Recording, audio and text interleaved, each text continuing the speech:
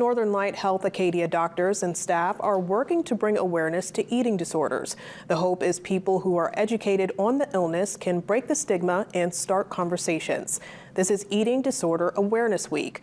According to experts, eating disorders don't discriminate, meaning any gender, race, or age can suffer from the mental illness. 6% of patients who suffer from eating disorders are malnourished. The Eating Disorder Care Department will host a panel tomorrow evening for people to learn about the disorder and hear personal stories from those who have recovered. Sarah Porter has dedicated 10 years to helping local patients find their way to recovery and break that stigma.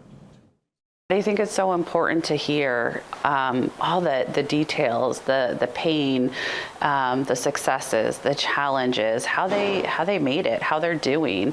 And I think it's really important not only for the community to see, but I think those who are struggling currently, that recovery is absolutely possible for everybody. And so to hear stories of hope is an incredible thing.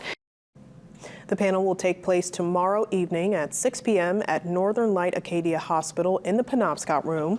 For those attending, people will guide you there. If you're not able to make it in person, you can view the event virtually.